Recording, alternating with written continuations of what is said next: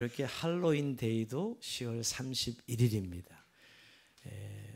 우리가 작년에 이태원 참사 159명이 사망하는 그런 엄청난 참사를 겪고 올해는 정부에서 모든 행사를 못하도록 다 중지시켰어요.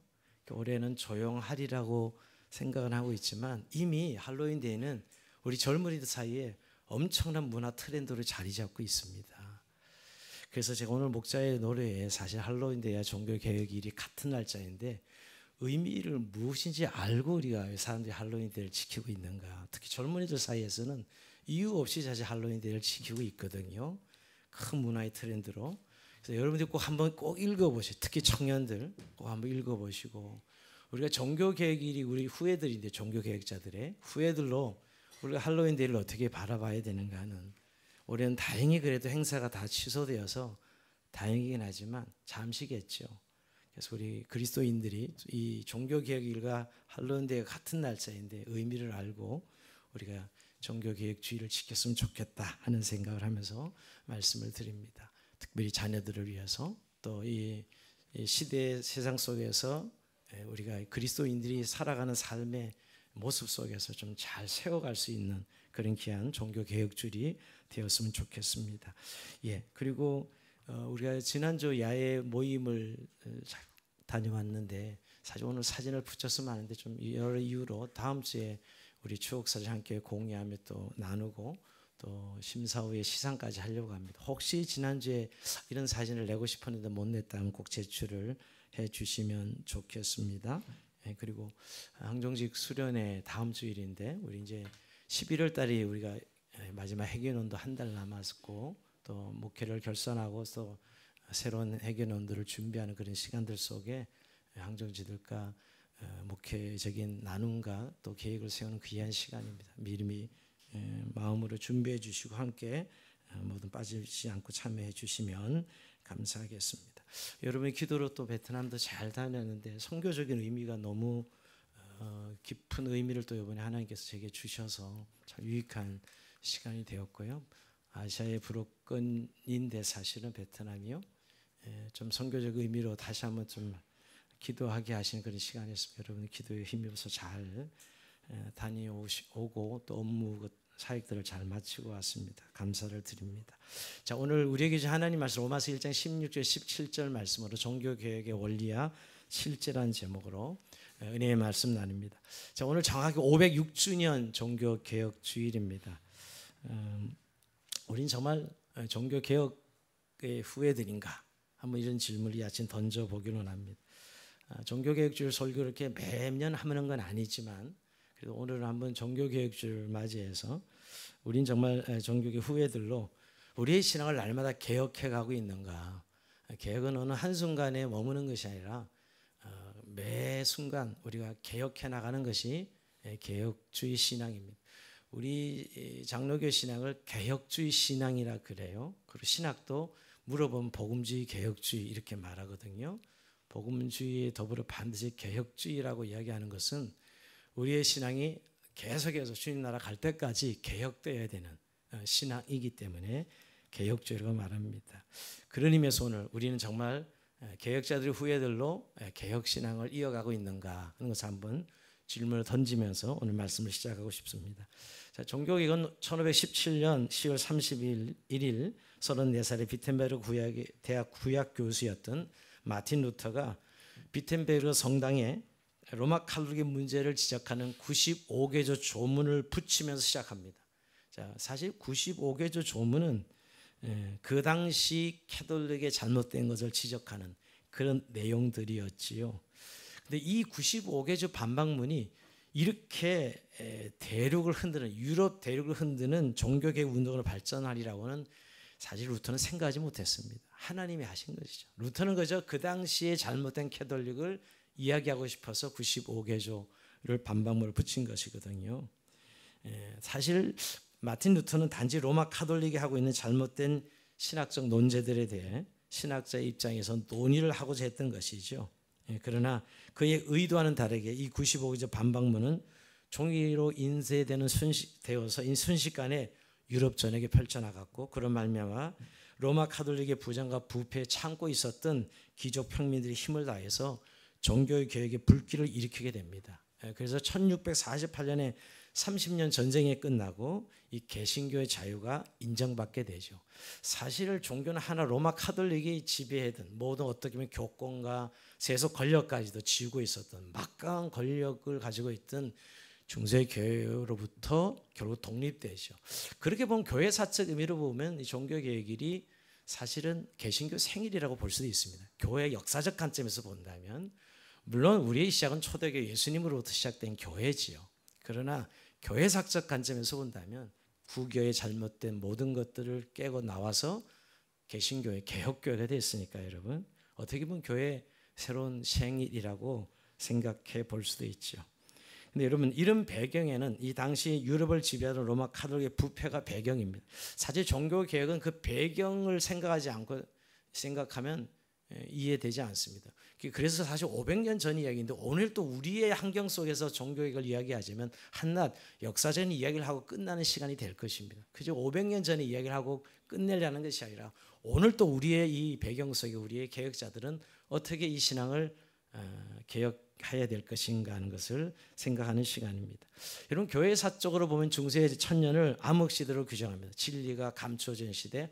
우리가 어둠이라는 것은 사실 진리가 감춰졌기 때문이에요. 캐톨릭의 관점에 보면 황금시대가 중세죠. 여러분 캐톨릭의 관점에 보면 중세는 황금시대입니다. 교권과 이 세속 권력을 다 쥐고 있었으니까. 그러나 진리의 관점에서 보면 정말 어둠의 시대, 암흑의 시대죠. 진리가 가려지면 그런 어둠이 임합니다. 지금도 마찬가지죠. 여러분. 진리가 가려지면 어둠이 임하는 것이에요. 진리가 죽어있던 시대입니다. 그러나 이 로마 캐톨릭은 국가의 권력까지 세상의 권력까지도 가지고 있었던 그런 권력자의 모습으로 중세 때는 이어졌습니다. 특별히 이 배경이 될 것은 성 베드로 성당을 짓기 위해서 자금을 마련해서 면죄부를 판매합니다. 면죄부를 사야 구원 얻을 수 있다, 천국을 갈 수 있다. 이런 논리죠. 특히 그 당시 고해 성사를 아주 고정화해서 고해 성사를 통해서 헌물을 받고 헌금을 받는 이런 행위들. 그리고 연옥소를 강조해서 사람들에게 공포감을 조성해서 반드시 연옥에서 천국 가게 하려면 결국 요구하는 사제들이 요구하는 요구를 들어야 되는 이제 그것이 결국은 돈으로 내야만 되는 이런 상황이 있는 것이죠. 그래서 이 면죄부를 담당했던 테첼이라는 사람은 이렇게 말했습니다. 이 면죄부를 사면 여러분들이 사랑하는 이들이 여러분이 산 면죄부의 동전이 쨍그랑하고 떨어지는 소리를 듣고는 연옥에서 천국으로 올라갈 것입니다. 여러분 이 이야기를 듣고 누가 돈을 안 내겠어요, 그죠? 여러분이 형제 자매 가족들이 돈을 내면 연옥에서 천국으로 갈 것입니다. 이렇게 선전했지요. 사실 95개조 반박문은 이 부분이 제일 강해요. 결국 면죄부 판매가 잘못됐다는 걸 지적하고 또 교황은 연옥에 가는 권한이 없다. 자꾸 연옥을 강조해서 사람들을 공포감을 조성하고 그것을 믿기로 사람을 움직이는 이런 내용에 대해서 지적했던 것이 있지요. 특별히 마틴 루터는 이 성인의 공덕에 관한 교리는 복음에 근거하지 않는다. 여러분 이 로마 캐톨릭이 얼마나 성인을 강조하고 성인 모든 날짜를 정해놓고 또 이름을 따르게 하고 뭐 세례명을 따르게 하고 이런 것들 이 성인의 공덕을 강조했는데 이건 복음에 근거하지 않는다라고 이렇게 주장함으로 로마 캐톨릭과 정면으로 충돌하게 됩니다. 자 결국 이래서 결국은 개혁의 불길이 일어나 우리가 개신교회가 탄생하게 되고 또 캐톨릭에서 완전히 떨어져 나오게 되지요. 결국 종교 개혁이 완성되고 오늘날까지 500여 년 우리 개혁교회 개신교회가 이어져 오는 것입니다. 여러분 이 종교 개혁자들이 주장한 5대 교리를 한번 늘 제가 말씀드리지만 그래도 또 한번 상기할 필요가 있어요. 왜냐하면 이것은 귀한 원리가 되기 때문이죠. 자 5대 구호 5대 정신 그리기도 하는데 첫 번째 오직 성경 솔라 스크립트라 이렇게 말하는데요. 우리가 디모데후서 3장 16절 모든 성경 하나님의 감동으로 된 것으로 교훈과 책망과 바르게 한 거 이렇게 유익하니 이 말씀이지. 여러분 우리가 그 당시에는 이 성경이 라틴어밖에 없었어요. 그리고 사제들만 이 성경을 가지고 있었어요. 이런 배경 속에 결국 사도들의 말이 진리가 되고 그 말대로 모두 운영되는 교회 그런 세상이라고 생각해 볼 수 있죠. 여러분 오늘날 우리에게 성경을 가지고 있다는 어마어마한 일이에요 사실은. 그리고 사제들만 성경을 낭독 그러니까 라틴어로만 미사가 이루어지니 뭐 알아듣긴 하겠어요? 자기 나라 말이 아닌데 다 라틴어로만 읽혀지는 성경, 그리고 그 해석권이 교황에게만 있었기 때문에 일반 사람은 성경 읽는다 해도 해석할 수가 없었죠. 성경을 접근할 수도 없고 성경을 준다고 해도 라틴어를 알아듣지도 못하고 알 수도 없었던 것이죠. 결국 그러기에 오늘 믿음으로 구원받는 진리를 은폐하고 돈으로 제사함을 받고 구원받을 수 있는 면죄부가 정당화 될 수 있었던 것이에요. 그게 정당화 될 수 있었던 것이에요. 왜? 진리가 가려져 있기 때문이죠. 그리고 로마 캐톨릭이 결국 교황의 말이 성경 말씀같이 동일하거나 오히려 더 높은 권위를 가지게 합니다. 교황, 교회, 종교회의 이런 권위가 최고의 권위로 자리 잡는 궁극적 권위가 되는 것이죠. 근데 여러분 결국 우리가 믿기로는 이 성경이 최고의 권위의 자리에 있어야 된다는, 이게 종교개혁자들 모든 권위는 성경에서도 나오고 최고의 권위는 성경으로, 그리고 성경의 성경을 해석하는 그런 구조를 종교개혁자들은 주장했던 것이죠. 결국 교황의 말이 최고의 권위가 아니라 하나님의 말씀이 최고의 권위다 하는 것이죠. 그리고 종교개혁이 시작되면서 성경이 번역되기 시작합니다. 이 번역이 엄청난 역사가 있는, 종교개혁이 시작되면 드디어 라틴어 성경이 독일어 성경으로 각기 나라 말로 번역되기 시작하면서 일반 사람들이 성경을 접할 수 있게 되는 것이죠. 진리를 접할 수 있게 되는 것이, 이 어마어마한 역사죠, 여러분. 우리가 지금은 아무것도 아니지. 지금 우리 모든 성경 가지고 있으니까요. 그 당시는 어마어마한 것이, 이게 솔라 스크립트라, 오직 성경입니다. 두 번째 오직 그리스도입니다. 솔라 크리스토스죠. 다른 이름은 구원 얻을 수 없나니 천하 인간의 구원 얻을 만한 다른 이름을 우리에게 주신 일이 없습니다. 즉 오직 예수 그리스도만이 우리의 구원자 되신다. 물론 로마 카톨릭도 예수 그리스도를 이야기합니다. 근데 한 가지, 반드시 예수 그리스도 사역에 인간의 공로를 덧붙이는데 문제가 있어요. 인간의 공로가 덧붙여지지요. 그리스도에 의해서 속죄가 성자 예수 그리스도의 공로에 의해서 이루어진다 가르치면서도 반드시 성인들의 공로를 이야기해요. 참 묘한 뉘앙스가 있어요. 성인들의 공로를 반드시 이야기하게 되어 있죠. 그래서 그 잉여 공로를 축적하고 또 교회는 성례를 통해서 적용시키는 이런 일을 로마 카톨릭이 했던 것입니다. 근데 오늘 종교개혁자들은 이것에 완전히 철퇴를 가지고 구원은 오직 예수 그리스도의 중보 사역에 의해서만 이루어진다. 성인들의 공로는 차단시키는 거예요. 이게 오직 그리스도스, 오직 그리스도죠. 오직 예수입니다.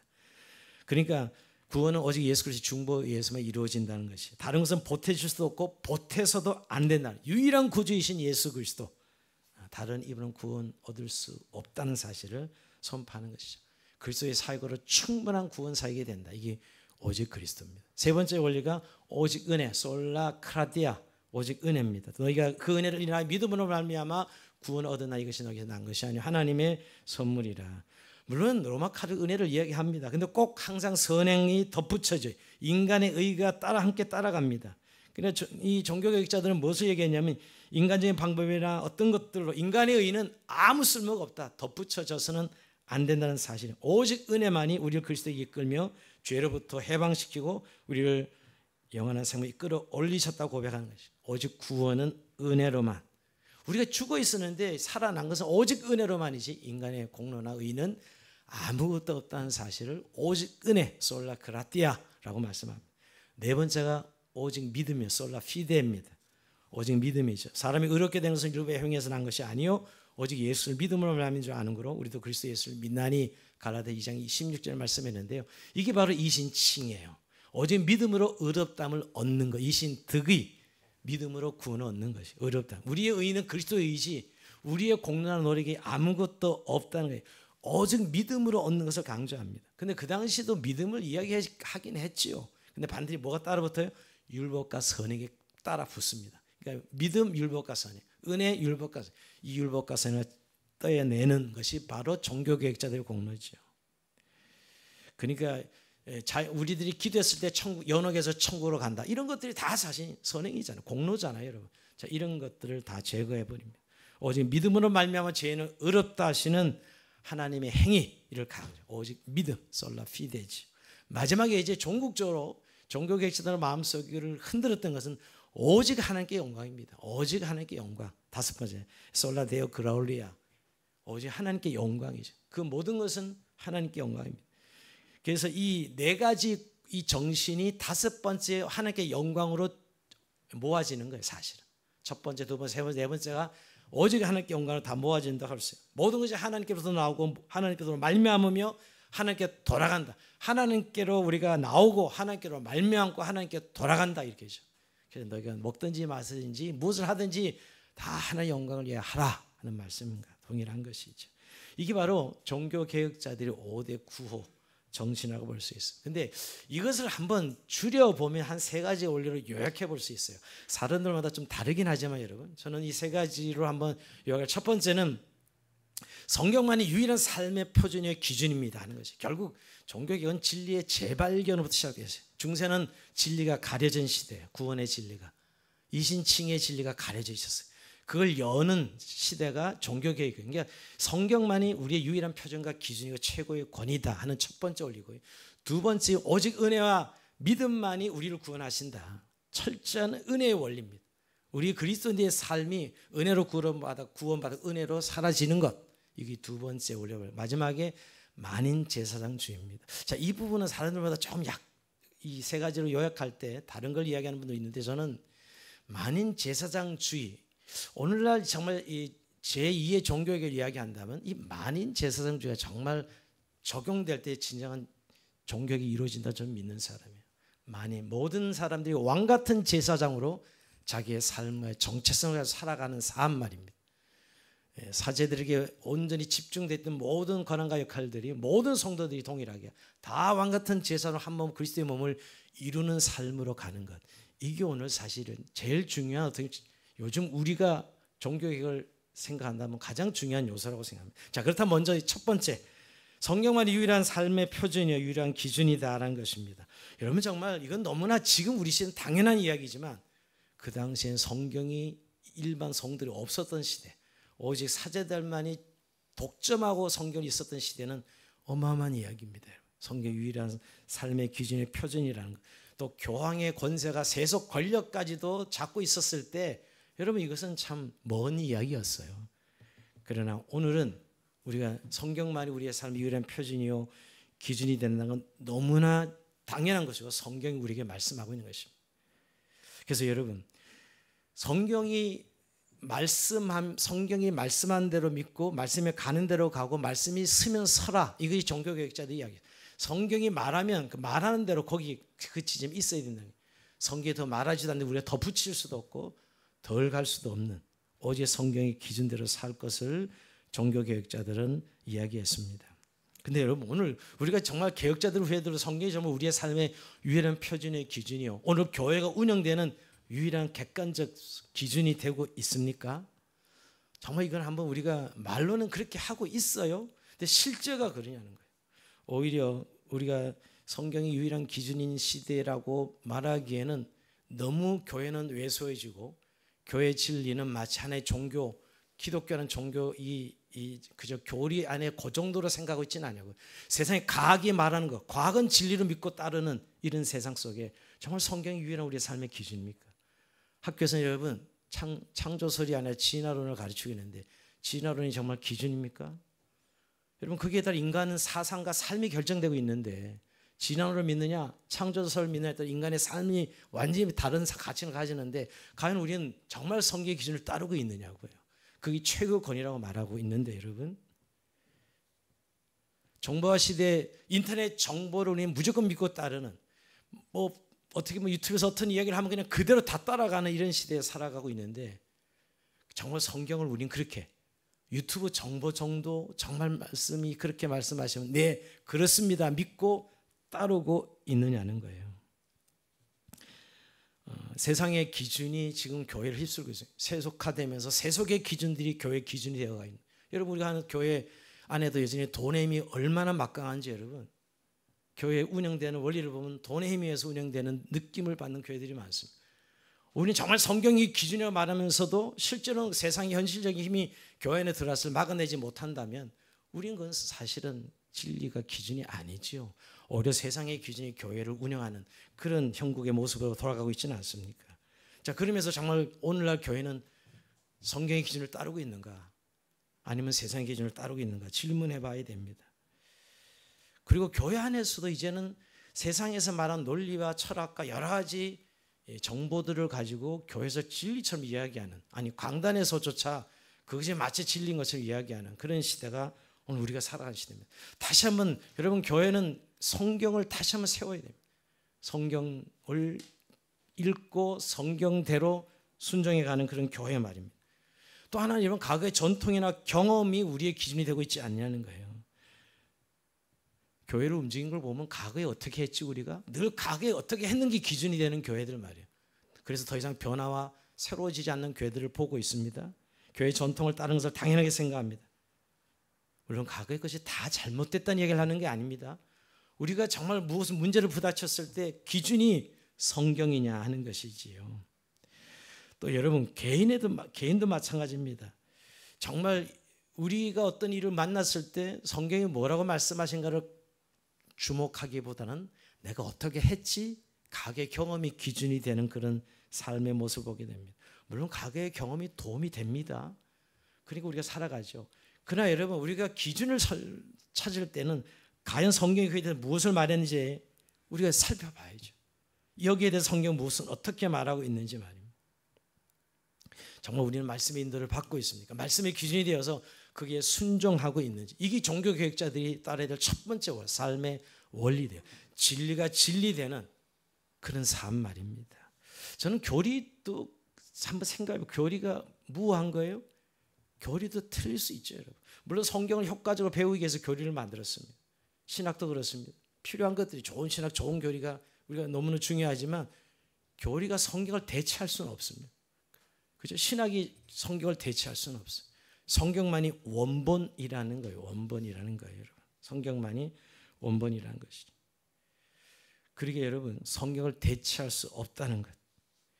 여러분, 그런 의미에서 오늘 우리의 정말 개혁의 가장 중요한 첫 번째 원리는 우리에게 성경을 대체하는 그 어떤 것도 용납하지 않는 것. 그게 개혁자입니다. 그래서 그 진리의 기준으로, 말씀의 기준으로 살아가는 것이죠. 근데 여러분, 말씀이, 성경이 그런 기준이라고 하는데 성경을 정말 우리는 알고 배우고 가까이 하고 있느냐는 거예요. 제가 통계로 보니까 성경을 매일 읽는 사람은 그리스도인들의 많이 쳐줘서 20% 정도만이 매일 성경을 읽는다. 그게 한 절이든 두 절이든 20%, 55명 중에 한 명 정도만 매일 성경 읽는다는 거예요. 그리고 일주일에 한 번 설교 듣는 것을 신앙생활하는 사람이 태반이라는 거예요. 여러분, 그런데 그게 과연 성경의 기준이 될 수 있습니까? 여러분, 설교 일주일에 한 번 듣고 신앙생활 하는 분이 정말 성경이 내 삶의 유일한 표준이며 기준이라고 말할 수 있냐고. 말도 안 되는 소리죠. 여러분, 하루에 수없는 정보와 지식과 우리가 이 정보를 듣고 있는데 거기에 따라가는, 거기에 자동으로 놓여야 되고 있잖아요. 그 정보에 말이에요. 근데 우리는 얼마나 성경을 정말 읽고 가까이에서 하나님이 가라사대, 하나님 말씀하시되 그 원리로 우리가 살아가고 있는지. 이건 너무 큰 갭이에요. 우리가 머리로는 하나님 말씀대로 살아간다고 하지만 성경을 읽지 않는데, 성경을 가까이 하지 않는데 어떻게 우리가 하나님 말씀의 기준으로 살아갈 수 있느냐는 것이지요. 여러분, 이런 부분에서 이 아침에 다시 한번 우리의 신앙이 어떤 교리나 설교 이것에 의존하지 않고 이 원본인 성경, 이 유일한 우리에게 주신 삶의 기준과 표준을 정말 배우고 익히고 가까이 하는 삶을 살아야지, 그것이 정말 내가 개혁자로서의 종교의 후예로 살아가는 삶이라고 말할 수 있습니다. 여러분, 성경은 우리에게 구원을 주시기에 충분한 책이, 우리의 적용하기에 충분한 책입니다. 그러지 않으셨다면 우리에게 주시지 않았을 것이에요. 성경이 내 삶의 표준이 되게 하십시오. 그리고 남들보다 가까이 하십시오. 이것이 개혁자로 살아가는 첫 번째 삶의 실제가 되어야 됩니다. 자, 두 번째, 여러분, 은혜의 원리인데요. 우리가 잘 아는 구원은 은혜로 받습니다. 이건 너무너무 우리는 알고 있고 이미 다 익히 믿고 있는 바. 이신칭, 이신되기. 로마서 공부할 때마다 우리 모든 성경 공부할 이신칭의를 우리는 이야기하고 알고 있습니다. 근데 문제는 여러분, 이것이 실제 우리의 삶에 적용되고 있느냐 하는 것은 좀 또 다른 문제예요. 자, 오늘은 500년 전의 이야기를 하려고 끝나는 게 아니라 오늘 정말 우리가 이 은혜의 원리가 우리의 삶에 통용되고 있는가 하는 것이. 우리는 이신칭의를 구원 세례용으로, 통과 의전용으로 쓰고 있지는 않아요? 믿음으로 구원받았어. 그럼 끝. 정말 매일매일 삶이 우리가 은혜로 사라지는 삶 아니에요? 우리가 은혜로 구원받았다는 건 100% 하나님의 은혜로 구원받은 것이거든요. 그런데 이상하게 구원받고 나서는 마치 내가 노력해서 뭔가 하나님의 이 축복을 받고 또 또 내가 노력하지 않아서 마치 얻지 못한 것 같은 이런 의식에 사로잡힌 사람을 많이 봅니다. 즉 구원이 마치 그렇게 보면 내 노력으로 구원받은 것처럼, 내가 뭔가 구원에 내가 기여한 것처럼 생각한 사람들, 그러기에 저렇게 은혜 받은 하나님의 백성들이 어떤 일을 성취했을 때 교만에 빠지고, 또 어떤 일이 안 됐을 때는 아주 저 구렁텅이 저 땅끝까지 빠지는 그런 현상들을 왜 우리가 자주 목격하냐 이 말이에요. 100% 하나님의 은혜라면 우리의 사는 인생은 진짜 덤이잖아요. 이제 우리의 생명은 덤이라면 이제 오직 자신을 위해 살지 않고 하나님을 살아가는 말씀은 사실은 그렇게 우리에게 무슨 부담 주는 말씀이 아니라고요. 100% 하나님의 은혜로 구원받았다. 사실 그렇게 생각 안 하고 뭔가 나도 노력해서 내가 믿었잖아. 이게 공로가 되는 사람도 많아. 내가 믿었잖아. 이것도 공로가 되는 사람이 많은데 그 믿음도 선물이거든요, 여러분. 그러니까 사실은 삶의 실제 속에 은혜의 원리가 적용되지 않아요. 오히려 우리는 인과율에 익숙합니다. 인과율. 원인이 있으면 결과가 있다는 것이죠. 이 세상에서 통용되는 중요한 법칙들이에요. 좀 더 발전하면 선을 행하면 우리가 축복을 받고, 악을 행하면 이 악의 결과를 얻는다. 인과응보죠. 인과응보. 인과율, 인과응보입니다. 여러분 우리 교회 안에 우리가 신앙생활하면 여전히 인과응보가 난무합니다. 간증을 가만히 들어보면 내가 잘해서 잘 열심히 해서 축복을 받았고, 안 된 거는 내가 잘못해서 이렇게 축복을 받지 못했고, 뭐 그 말이 전혀 틀렸다는 말은 아니에요, 여러분. 어느 정도 그 말이 속에 맞는 말이면 근본적인 사상 속에는 결국 내가 해서 복을 받고 내가 안 해서 복을 받지 못하는 여전히 은혜는 없어요. 그게는 내가 노력한 것만 있는 것이죠, 여러분. 여러분 전적으로 틀린 생각 아닌데 결국 하나님의 은혜를 놓치고 있다는 거예요. 세상에는 인과율이 중요한 원리입니다. 또 우리 본성 속에 인과율은 원리가 적용되고 있어요. 세상이 이건 굉장히 중요하지만 우리에게 구원의 문제는 인과율은 전혀 적용이 되지 않아요. 100% 예수 그리스도의 십자가의 공로 구원받았기 때문에 인과율은 구원론에서 1%도 적용이 되지 않는다고요. 구원받았은 것은 온전히 은혜로 구원받았고, 그래서 주님께서 은혜로 살으라고 말씀하는 거예요. 사는 삶도 은혜로 사는 거예요. 은혜로 구원받았으니. 그래서 내 중심이 아니라 하나님 중심으로, 이웃 중심으로 살아가라고 말씀하는 것입니다. 자, 이것이 잘못되면 율법주의로 나타나는 거죠. 율법을 지켜서 뭔가 내가 성취하고 얻을 수 있다고 생각하는 것이죠. 율법을 잘 지켜서 구원받느냐, 마치 내 행위가 의로서 구원받느냐, 보통 착각이 아닙니다. 누가 행위가 의로서 구원받을 수 있겠냐고요. 십자가 얘는 구원받을 길이 전혀 없었던 우리들을 예수 그리스도의 십자가로 구원받게 해주셨는데, 이 은혜가 정말 우리가 믿어진다면 내가 나 살아가는 삶도 덤이고 은혜로 사라지는 것이죠. 은혜로 살아야 되는 것이죠. 그러기 여러분 우리의 인간의 교만과 열등감이 자리 잡을 수 없습니다. 우리 이런 것이죠. 구원받았던 믿음, 지성이면 감천이다, 이런 식의 믿음 말이야. 쉽게 얘기하면. 물론 성경 인간의 노력을 무시하지 않습니다. 그 노력은 근데 은혜 아래 있다는 거예요. 근데 은혜 아래 있다는 것을 인정하지 않고 마치 노력이 은혜를 대체하는, 내 공로가 은혜를 대체하기 때문에 그렇게 실망하고 그렇게 교만해지는 거예요. 은혜가, 우리의 노력이 은혜를 절대 대체할 수 없습니다. 그래서 교회 은혜의 자리에 성공이 자리를 잡고요, 그게 성도들이 열광합니다. 성공하면. 결국은 그 성공이 결국은 은혜가 아니고 자기 공로더라고요. 왜 그렇게 박수를 쳐줘야 되고 그것이 회자돼야 되고 마치 그것 때문에 이루어졌다고 말하는 교회들만. 하나님의 은혜였잖아요. 그건 사실 립서비스고요. 실제 나야, 내가 했어. 이렇게 살아간다는 것은, 이렇게 교회가 운영되는 것은 은혜가 아니죠. 타락한 교회의 모습입니다. 여러분 교회는 복음 안에 하나님의 자유, 은혜와 복을 누리는 것이죠. 여러분 일이 잘 되면 복을 주신 것이고 어려움이 오면 저주를 받은 것이 아니에요. 이젠 더 이상 우리에겐 저주가 없는 자, 이미 은혜 아래 생명과 구원 얻은 자들에겐 자유함이 있고, 우리의 구원은 더 이상 세상에 종로를 하지 아니하는, 이제 온전히 하나님께 붙들림에 대한 삶을 살아가게 되는 것이죠. 이게 바로 은혜의 원리로 살아가는 삶의 성도들의 삶입니다. 여러분 근데 왜 성화가 잘 안 되냐고 질문을 던진다면 저는 다시 은혜로 돌아가야 돼요.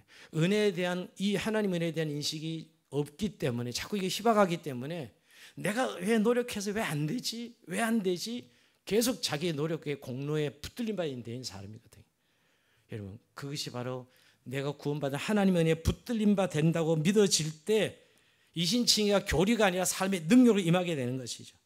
그래서 중생에서 끝나지 않고 계속 성화의 삶으로 매일 새롭게 주께 붙들림받아 되는 삶으로 가게 되는 것입니다. 여러분, 그래서 야고보가 행함이 없는 믿음은 죽은 믿음이라 그랬는데 이것은 다른 이야기를 하는 것이 아니라 우리의 믿음이 은혜로 이어질 때 결국 우리의 삶은 행함으로, 즉 성화의 삶으로 이어진다는 것을 말씀하고 있습니다. 여러분, 삶의 원리가 정말 은혜입니까? 정말 하나님께서 100% 나를 구원하신 것을 믿기에 살아가는 삶도 은혜로 사라진다는 걸 믿고 있습니까? 그렇다면 우리 삶은 놀라운 변화들이 일어납니다. 그러나 내 노력의 기준을 두고 내 공로에 내 의지에 초점을 맞추면 그 다음부터 성화는 중단, 스탑합니다. 결국 나에게 초점을 맞춰야 하기 때문이죠. 다시 여러분, 은혜의 원리로 하나님께 초점을 맞추시고 100% 구원받은 하나님의 은혜로 살아간 나, 이제는 삶도 그러면 은혜라면 나를 위한 삶이 아니고 하나님을 위하여 살아가는, 여러분 정말 하나님을 믿는 믿음 안에 사는 것이라고 바울이 고백했던, 내가 이제는 나를 위해 살지 아니하고 하나님을 위해 사는 삶이라고 고백했던 이유가 완벽해서가 아니라 뭘 잘할 수 있어서 하는 고백이 아니라 그 은혜 때문에 그렇게 살아갈 수밖에 없는 그의 신앙 고백이었어요. 이 아침 그런 은혜의 원리가 여러분 삶 안에 다시 회복되는 이 아침 되길 주의 이름으로 축복합니다. 마지막 세 번째로 만인 제사장 원리인데요, 이것은 사실 그 당시 중세로 보면 여러분 다 교황이 최고의 정점에 서 있고 다 사제들 서열화되죠. 여러분, 그래서 결국 교회의 주인이 교황이 되는 거예요. 지금도 여러분 캐톨릭은 교황 1인 체제로 볼 수 있어요. 모든 권위가 교황으로부터 나오니까. 그래서 행정, 자신의 이익까지 그 모든 것을 연양계 아래 두었습니다. 그래서 여러분 얼마나 교황의 권위가 하늘을 찌르거든 교황 무호설까지 납니다. 교황은 아무런 잘못을 행할 수 없다. 교황 무호설까지 나오죠. 그리고 여러분 우리 고해성사도 바로 그런 내용들입니다. 따지고 보면 여러분, 그러니까 예수님을 만나려면 예수님과 의사소통을 먼저 교황과 사제와 교회를 통과해야만 됩니다. 그들이 문제처럼 딱 가로막고 있는 거예요. 우리가 왕 같은 제자는 예수님을 다 믿음으로 예수님을 의지해 다 하나님을 만날 수 있게 해 주셨잖아요. 이게 만인 제사장들의 가장 중요한 원리예요. 그런데 그 중간에 교회와 사제들이 딱 가로채고 있는 거예요. 하나님, 예수님 만나려면 자신들을 통과해야 된다는 것이, 교인들의 신앙의 자유, 구원의 자유를 누릴 수 없도록 만든 것이죠. 이게 여러분, 우리가 이 만인 제사장설이 단순히 오늘날 교회에 누가 뭐 예배인들을 누가 하느냐, 누가 제사장 역할, 이런 문제를 이야기하는 게 아니에요. 그렇게 생각하고 이 문제를 그냥 이렇게 가볍게 생각하거나 또 그냥 넘어가는 분들이 너무 많습니다. 즉 예수님을 만나는 데 있어서 교황이나 사제를 통하지 않고 누구라도 대제사장인 예수님께 자유롭게 직통해 나갈 수 있는, 이게 만인 제사장의 핵심입니다. 사실 이것은 그 당시에 교권을 부인하는 것 같았거든요. 사실 이 문제만 아니었으면 그냥 넘어갈 수도 있었어요, 이 가톨릭이. 근데 이게 교권을 부정하는 거예요. 결국은 전쟁으로 이어질 수밖에 없었던 거죠. 교권을 인정하지 않는 것이죠. 근데 여러분, 그래서 지금도 신부가 없으면 참된 미사가 성립이 되지 않아요. 신부가 없는, 사제가 없는 미사는 성립이 되지 않습니다. 그만큼 중요한 것이 그들에게는. 오늘 우리는 모두가 예수 그리스도의 이름으로, 예수 그리스도를 중보로 하나님 앞에 나갈 수 있다는 거. 근데 지금 우리 개혁교회, 개신교회는 그러면 이런 내용이 없는가? 아니요. 목사가 그 역할을, 사제 역할을 하고 있는 교회들을 보게 됩니다.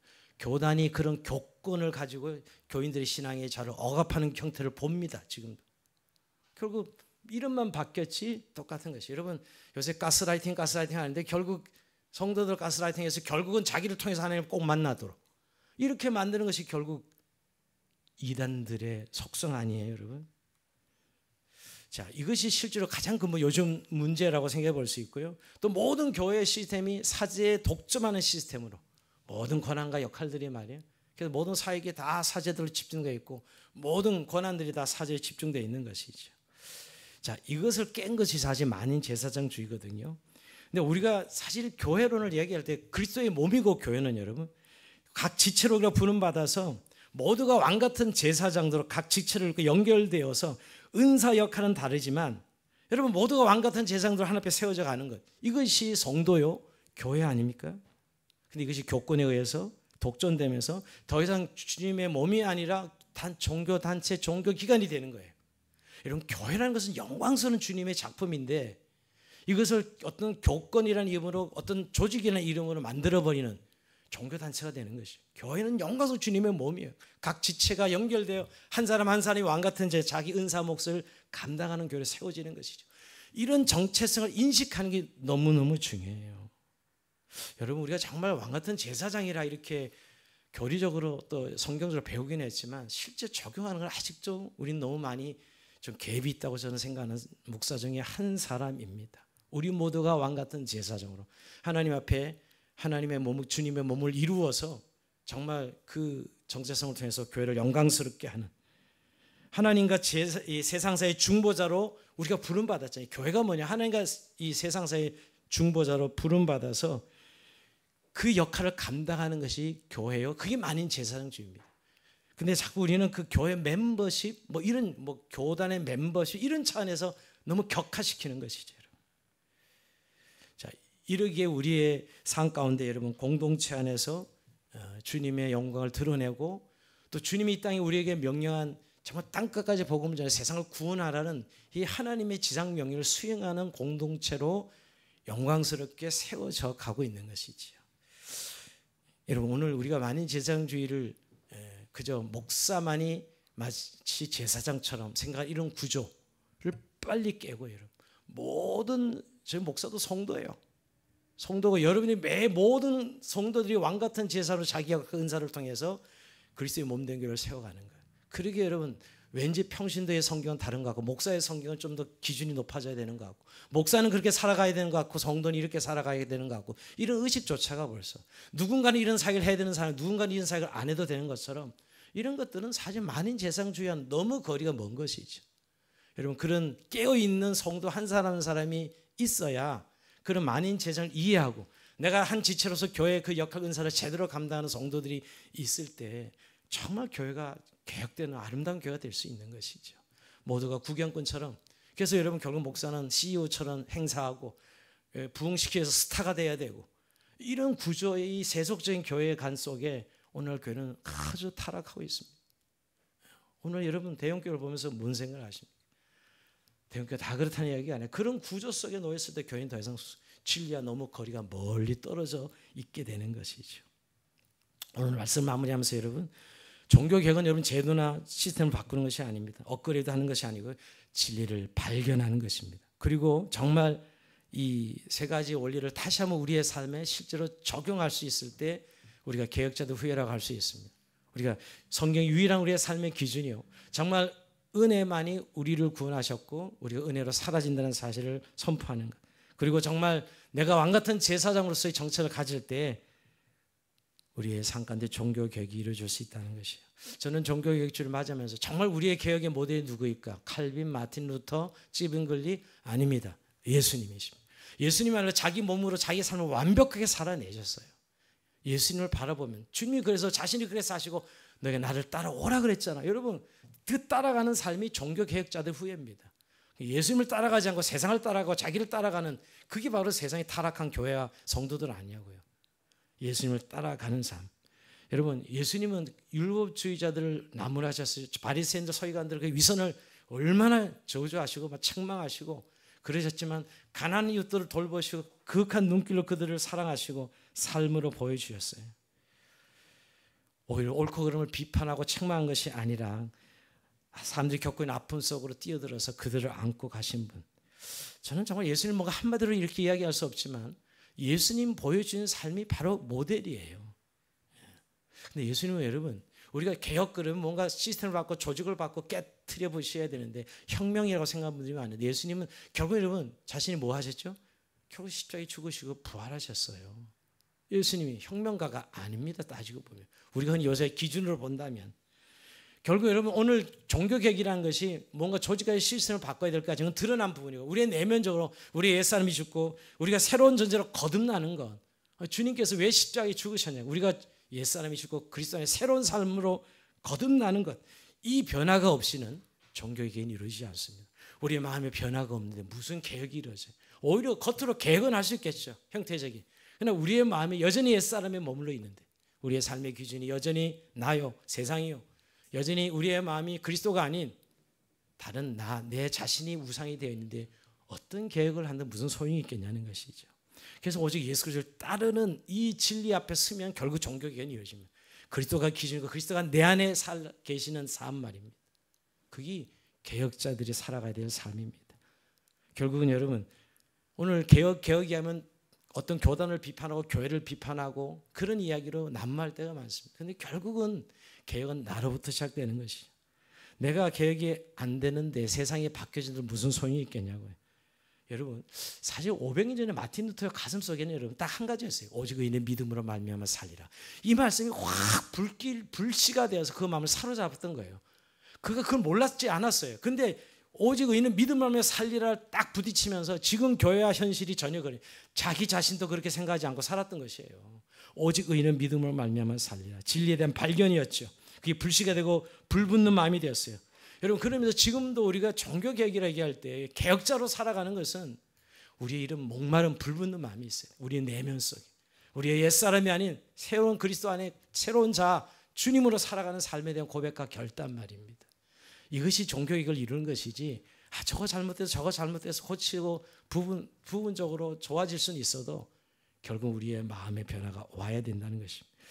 근데 여러분 우리는 난 마틴 루터도 아니고 난 켈빈도 아니고 내가 뭘 할 수 있다고 이런 자학과 자책감이지 않습니까? 우리에 대한 실망이 있지 않아요?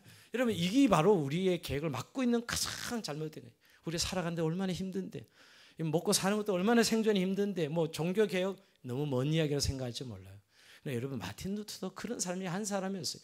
자기가 한 사람으로서 이 오직 의인의 믿음으로 살려는 말씀이 막 이 불붙으면서 결국 그가 반박문을 붙이고 이제 종교 재판이 이루어져서 이제 얼마든지 교권이면 죽임을 당할 수 있는 상황이었는데도 불구하고 그 앞에서 그는 여러 고백을 하는데 제가 시간이 없어서 내 양심은 하나님의 말씀에 사로잡혀 있습니다.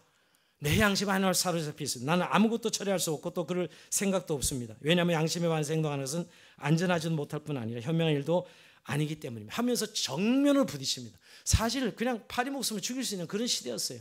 종교 재판에 누가 감히 그 권위에 도전하겠냐.